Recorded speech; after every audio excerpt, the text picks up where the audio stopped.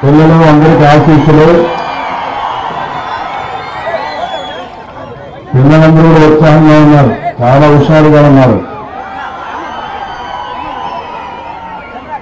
ఈరోజు అక్షరాభ్యాసం అమనీయులు నాకు చేయించడానికి చాలా సంతోషపడుతున్నాం, గర్వపడుతున్నాం. ఆ పిల్లలందరికీ బంగారు భవిష్యత్తు ఉండాలని మనస్ఫూర్తిగా కోరుకుంటున్నాను. ఇప్పుడే ఒక విద్యాదాత రామ్మూర్తి గారు అమనీయుల నుంచి ఇక్కడే పుట్టి బెంగళూరుకి వెళ్ళి వ్యాపారాలు చేసుకుని 10 రూపాయలు సంపాదించుకున్న తర్వాత నేను పుట్టిన జన్మ భూమికి సహాయం చేయాలని వారు ముందుకు వచ్చిన హై స్కూల్ అయితే జూనియర్ కాలేజ్ చేశారు. బాయ్స్ కోసం వాళ్ళ తండ్రి పేరు పెట్టారు.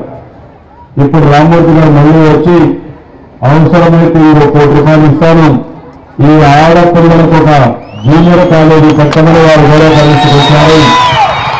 చాలా సంతోషం. ఒక వ్యక్తి డబ్బులు సంపాదించుకున్నప్పుడు, అదృష్టం కలిసి వచ్చినప్పుడు, లేకపోతే ఈ ప్రాంతాల్లో పుట్టి పైకి వచ్చినప్పుడు తిరిగి ఈ ప్రాంతానికి సేవ చేయాలని అభిప్రాయం రావడం చాలా గర్వకారణం. అందుకని ఈ సంవత్సరమే నేను జూనియర్ కాలేజ్ గర్ల్స్ కోసం, బాలికల కోసం జూనియర్ కాలేజ్ శాంక్షన్ చేస్తున్నాను. వారిని వేస్తున్నా, వారు మొదటి పేరు పెడతాం. ఆ కాలేజీని కూడా 1 కోటి రూపాయలు ఇచ్చి పూర్తిగా బ్రహ్మాండమైన బిల్డింగ్లన్నీ కట్టించి అవసరమైతే అందరి పిల్లలకు ఒక మోడల్ స్కూల్ వారిగా, మోడల్ కాలేజ్ వారిగా లైబ్రరీ కానీ ల్యాబొరేటరీ కానీ ఏమేం కావాలన్నీ కట్టిస్తామని మరొకసారి తెలియజేసుకుంటూ, ఇలాంటి దాతలందరూ ముందుకు రావాలి.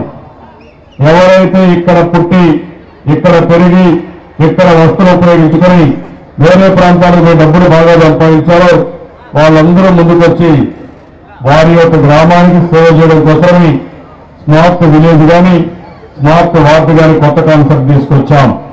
ప్రతి ఒక్కరిని నేను ఒకటే ఆలోచించాను. 16,000 గ్రామాలు ఉన్నాయి. గ్రామాలు వార్డు కలిపి 16,500 ఉంటే ఈ ఊరి నుంచి విదేశాలకు పోయిన వాళ్ళు కానీ, ఈ ఊరి నుంచి వేరే ప్రాంతాలకు వ్యాపారాలు చేసేవాళ్ళు కానీ, ఐఏఎస్ ఐపీఎస్ కానీ, అదే మరి గవర్నమెంట్ ఉద్యోగాలు టాప్ ఉద్యోగాలు చేసేవాళ్ళు కానీ, అదే మరిగా అందరినీ ఒక్కొక్క గ్రామాన్ని అడాప్ట్ చేస్తూ ఉన్నాం. సిఎస్ఆర్ ఉంది, కార్పొరేట్ సోషల్ రెస్పాన్సిబిలిటీ. వారికి వచ్చిన ఆదాయంలో 2% ప్రజల కోసం ఖర్చు పెట్టాలి, సేవాభావంతో ఖర్చు పెట్టాల్సిన అవసరం ఉంది. వాళ్ళకు కూడా విజ్ఞప్తి చేశాను. విద్య చాలా ముఖ్యం. ఈరోజు మీరందరూ గుర్తుపెట్టుకోవాల్సింది, రామ్మూర్తి గారు పైకి వచ్చారంటే ఆ రోజు వాళ్ళ తల్లిదండ్రులు చదివించారు, చదువుకొని బెంగళూరుకి వెళ్లారు. ఈ రోజు వారు బ్రహ్మాండంగా రాణించే పరిస్థితి వచ్చారు. పిల్లలు మీరందరూ ఉంటే గుర్తుపెట్టుకోవాలి, మీకు చదువు చాలా ముఖ్యం. ఈ రోజు మీ అమ్మా నాన్న ఎంత భూమి ఇచ్చారని కాదు, ఎంత డబ్బులు ఇచ్చారనేది కాదు ముఖ్యం.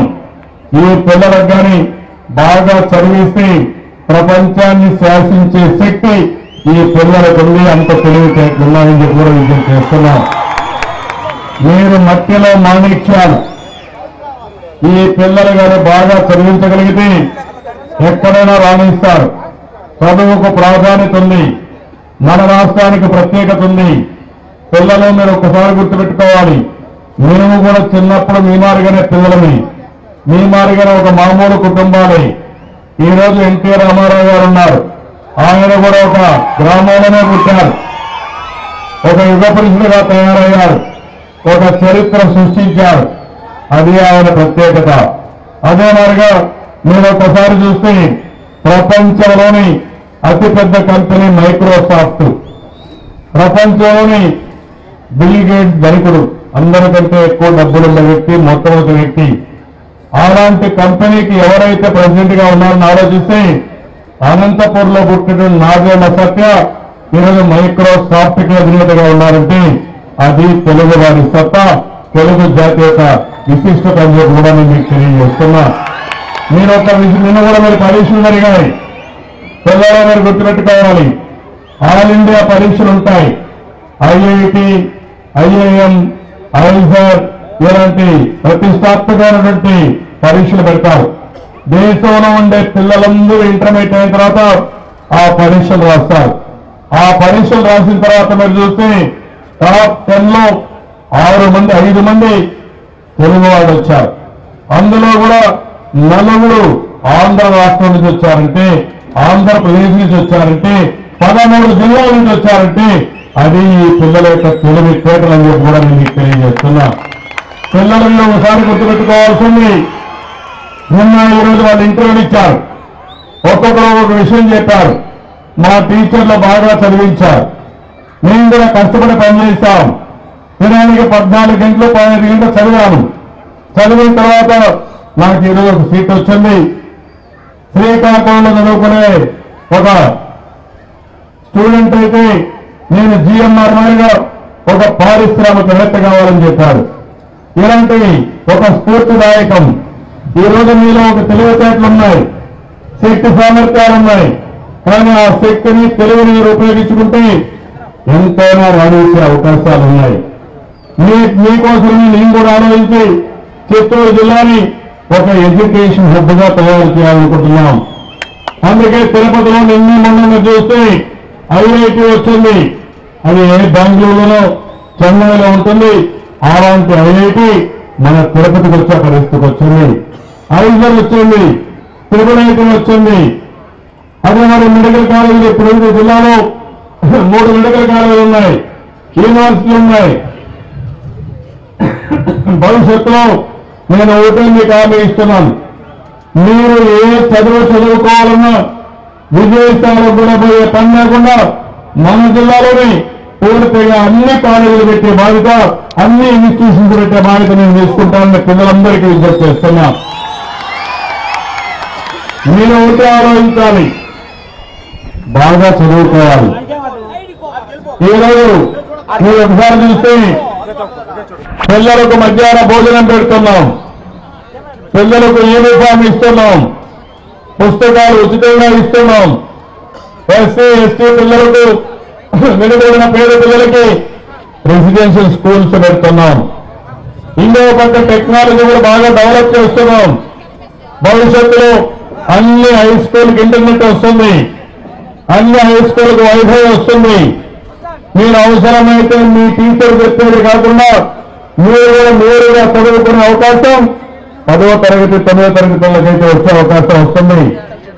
ఉదాహరణకు ప్రతి ఒక్క ఇంటికి సర్వర్ కనెక్టివిటీ ఇస్తాం. ఏదైనా మీరు చదువుతున్నప్పుడు లేకపోతే ఒక క్లాసులో ఒక టీచర్ లేకుండా లేకపోతే మీరు పోకుండా మిస్ అయితే ఆ రోజు సాయంత్రం మీ ఇంట్లో కూర్చొని మీరు నేరుగా టీవీలో చదువుకునే పరిస్థితి కూడా తీసుకొస్తాం. కంటెంట్ అంతా టీవీలో పెట్టే పరిస్థితి వస్తుంది. ఇవన్నీ కూడా మీ మేధో శక్తిని, మీ తెలివితేటల్ని ఎక్కడికక్కడ ఉపయోగించుకునే అవకాశం వస్తుంది. అయితే ఇక్కడుండే టీచర్లు ఒకటే కోరుతున్నాం, డిఈఓను ఒకటే కోరుతున్నాం. ఈ సంవత్సరం చిత్తూరు జిల్లా కొంత డిసప్పాయింట్మెంట్ ఉంది. ఇంకా 10th క్లాస్ లో 13వ ప్లేస్ లో మీరు ఉన్నారు, అంటే లాస్ట్ ప్లేస్ లో మీరు ఉన్నారు. అన్ని జిల్లాలు ముందుకు పోతామంటే ఈ జిల్లాలో ఉండే ప్రభుత్వ యంత్రాంగం గుర్తుపెట్టుకోవాల్సింది, నాలెడ్జ్లో చిత్తూరు జిల్లా మొదటి స్థానంలో ఉండాల్సిన అవసరం ఉంది. ఎన్నో సంవత్సరాలుగా ఒక విధంగా ఆలోచిస్తే ఆంధ్ర యూనివర్సిటీ తర్వాత ఈ ప్రాంతంలో యూనివర్సిటీ వచ్చి తిరుపతిలో వచ్చింది. వెంకటేశ్వర స్వామి దయ వల్ల ఆ డబ్బులు ఖర్చు పెట్టి వెంకటేశ్వర యూనివర్సిటీ తిరుపతిలో వచ్చే పరిస్థితి వచ్చింది. ఆ తర్వాత నేను వచ్చిన తర్వాత చాలా కాలేజీలు ఇచ్చాను. ఇంజనీరింగ్ కాలేజీలు నేనే పెట్టాను, మెడికల్ కాలేజీలు పెట్టాను, విద్యకు ప్రాధాన్యత ఇచ్చాను. ఇప్పుడు మళ్ళా హామీ ఇస్తున్నాను, విద్యకు ప్రాధాన్యత ఇస్తాను. ఆంధ్రప్రదేశ్ రాష్ట్రాన్ని ఒక నాలెడ్జ్ స్టేట్ గా, ఎడ్యుకేషన్ హబ్ గా తయారు చేస్తాం. మనం ఎక్కడికి పోవాల్సిన పని లేదు. ప్రపంచంలో ఎవరైనా చదువుకోవాలంటే అలాంటి వాళ్ళందరూ మన రాష్ట్రానికి వచ్చే పరిస్థితి తీసుకొస్తారని చెప్పి కూడా నేను మీకు తెలియజేస్తున్నా. మీరు అది గుర్తుపెట్టు కావాలి. ఈరోజు తల్లి తండ్రి ఇక్కడే ఉన్నారు, కొంతమంది ఉన్నారు. నేను వాళ్ళందరికీ పేరెంట్స్ విజ్ఞప్తి చేస్తున్నా, మీరు ఎంత కష్టపడి మీ పిల్లలు చదివిస్తే వాళ్ళ భవిష్యత్తు అంత బంగారు భవిష్యత్తు అవుతుంది. ఒకప్పుడు నేను ఒక పిలిపించాను, కుటుంబం నియంత్రణ చేసుకోమన్నాను, ఫ్యామిలీ ప్లానింగ్ తో ముందుకు పోమన్నాం. ఆ రోజు మీరందరూ కూడా ఆ పని చేశారు. అంతమంది అయితే 4-5 మంది పిల్లలుంటే ఒకరు ఇద్దరు సరిపోతారంటే 9 సంవత్సరాల్లో నేను చెప్పిన విషయం పైన శ్రద్ధ పెట్టారు. దానివల్ల జనాభా నియంత్రణ చేశాం. పిల్లల సంఖ్య గణనీయంగా తగ్గింది. అయితే ఈరోజు దేశంలో ప్రపంచంలో మీరు ఒక్కసారి గుర్తుపెట్టుకుంటే మనకుండే అడ్వాంటేజ్ ఎవ్వరికీ లేదు. చైనాలో, అమెరికాలో, జపాన్లో, యూరోప్లో చూస్తే అంతా వయస్సు మళ్ళిన వాళ్ళు ఎక్కువ ఉంటారు. చిన్న పిల్లల సంఖ్య చాలా తక్కువ ఉంటుంది. కానీ భారతదేశం ప్రపంచంలో అన్ని దేశాల కంటే మనకు ఒక అడ్వాంటేజ్ ఉంది. చిన్న పిల్లలు ఎక్కువ ఉండే దేశం, యంగ్స్టర్స్ ఎక్కువ ఉండే దేశం ఒక్క భారతదేశం తప్ప వేరే దేశం లేదు. అది మనకు పెద్ద అడ్వాంటేజ్. అయితే తల్లిదండ్రులు ఒకటే కోరుతున్నాను, మీ పిల్లల్ని బాగా చదివించండి, శ్రద్ధ పెట్టండి. టీచర్లు ఎంత ముఖ్యమో దానికంటే ఎక్కువ బాధ్యత మీరు తీసుకోవాల్సిన అవసరం ఉంది.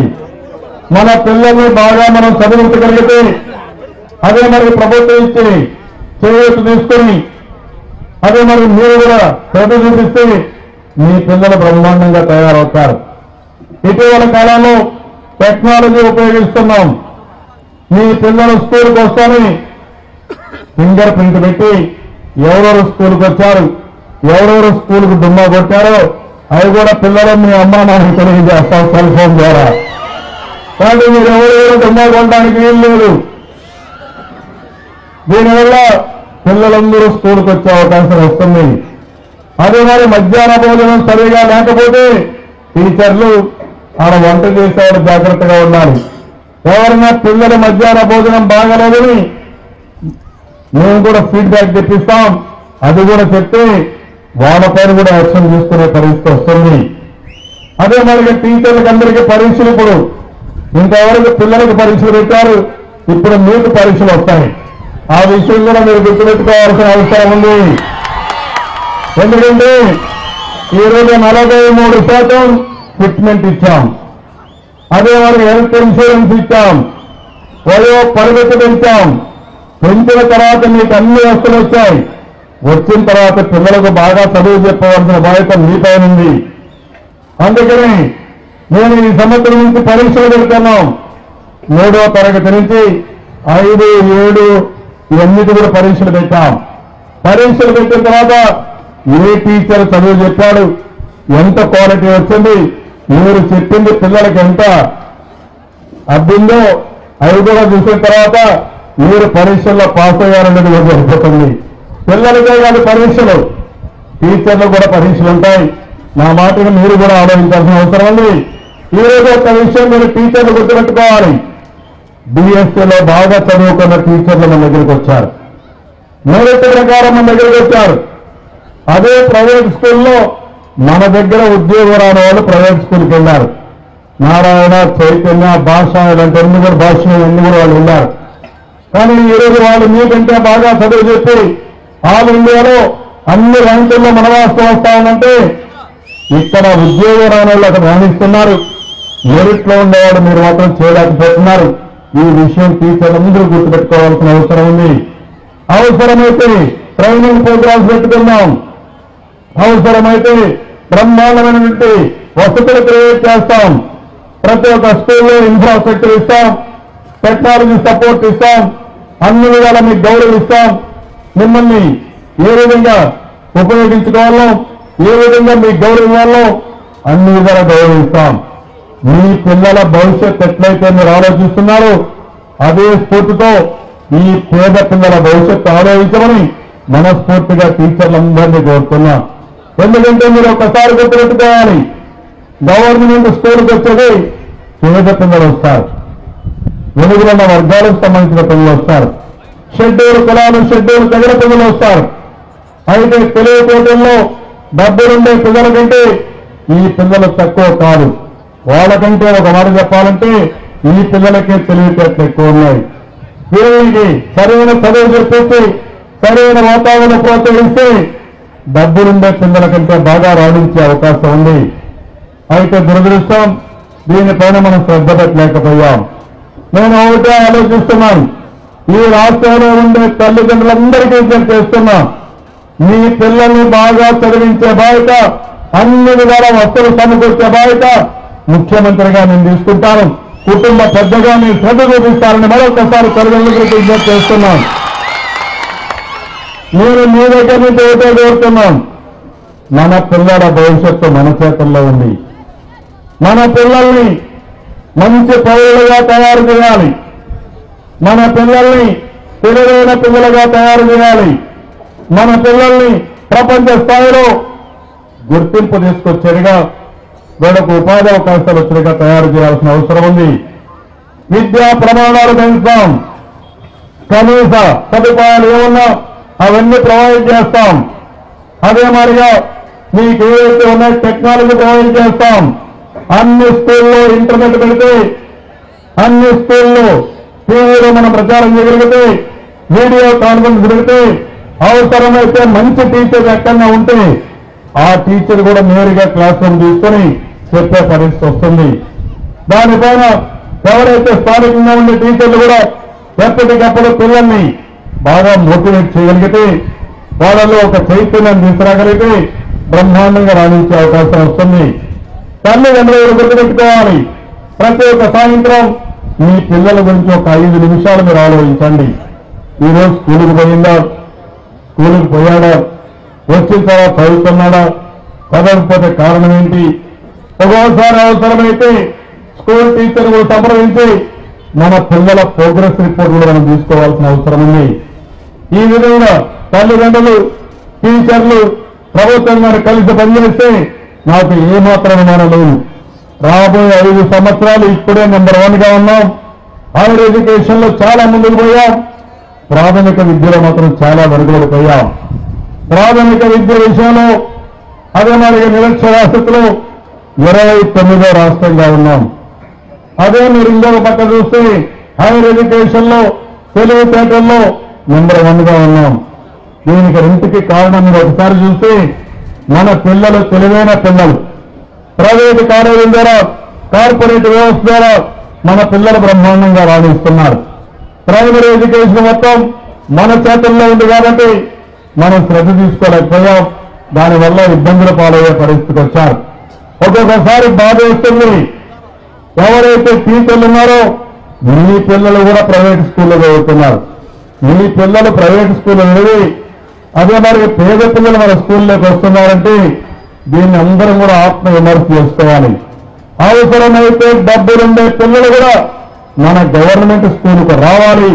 ఆ రోజు రావాలంటే టీచర్ల పట్టుదల పెరగాలి. మీరు కష్టపడి చదివించే పరిస్థితి రావాలి. తప్పకుండా ఇది వస్తుంది. నాకు ఏమాత్రం అనుమానం లేదు. ఇది ప్రారంభం మాత్రం. సుమారు 14,000 మంది పిల్లలు, 5 నుంచి 14 సంవత్సరాల వయసుండే పిల్లలు ఈరోజు బడికి రావడం లేదు. ఈ సంవత్సరం అందరినీ తీసుకురమ్మన్నాం. నేను ఒకటే మిమ్మల్ని కోరుతున్నాం, ఇక్కడ ఉండే ఎలిమెంటరీ స్కూల్స్ కానీ హై స్కూల్ కానీ మీ బాధ్యత. ఒకరు స్కూల్కి రాకపోతే వాళ్ళని తీసుకురావాలి. ఒకరు స్కూల్ మానేస్తే టీచర్లు వెళ్ళాలి, పిల్లలు పంపించాలి, వాళ్ళని మోటివేట్ చేయాలి. వాళ్ళ తల్లిదండ్రులకు